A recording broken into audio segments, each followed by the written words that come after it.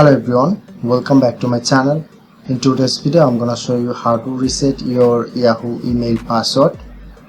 So first of all, open your any browser. Now I'm opening my Chrome browser. Go to search option, search at Yahoo, click on the first link, tap on to use another account, type in your Yahoo username, tap on to next. But if you don't know the right password, so click on to forget password. Now shown here to three options. If you want to get text message from your phone number or email address, now I'm select on a text message on my phone number. Just type here my verification code, click on to next, and type here your new strong password.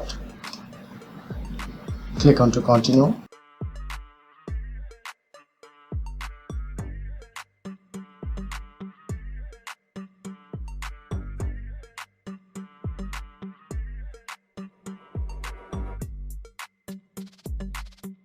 Okay, now done. So that's how you can easily reset your Yahoo email password. If in this video helpful, please hit the like button and subscribe our tutorial channel for more videos.